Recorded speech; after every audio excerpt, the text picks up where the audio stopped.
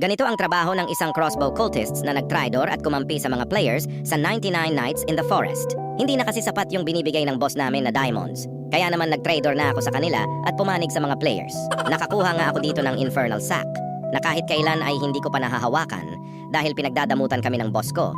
Kaya naman ngayon ay dito ko sila isa-isang ipapasok at itatapon sa pinanggalingan nila. Hindi nga rin pala ako mag-iiwan ng ebidensya para hindi malaman ng boss ko na kunti-kunti na kaming nauubos at para matulungan ko yung mga players makasurvive ng 99 days.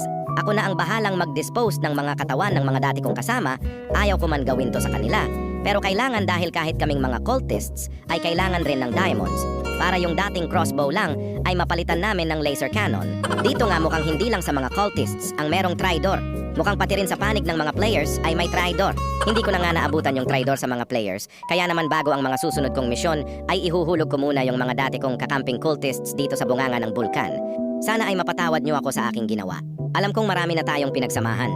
Pero dahil hindi tayo nababayaran ng tama ng boss natin, ay kailangan ko itong gawin.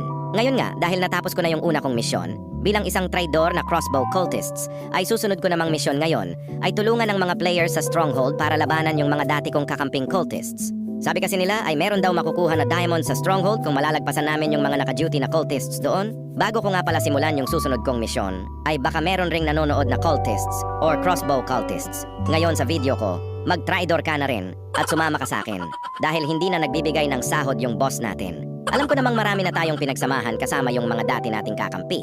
Pero kahit kasi anong gawin natin, kahit ipaglaban natin, kung ayaw na talaga wala na tayong magagawa, kung hindi ay pakawalan na. Kung ipipilit pa kasi natin, mas lalo lang tayong masasaktan at mahihirapan. Kaya ang lesson learned na lang talaga dito ay wala.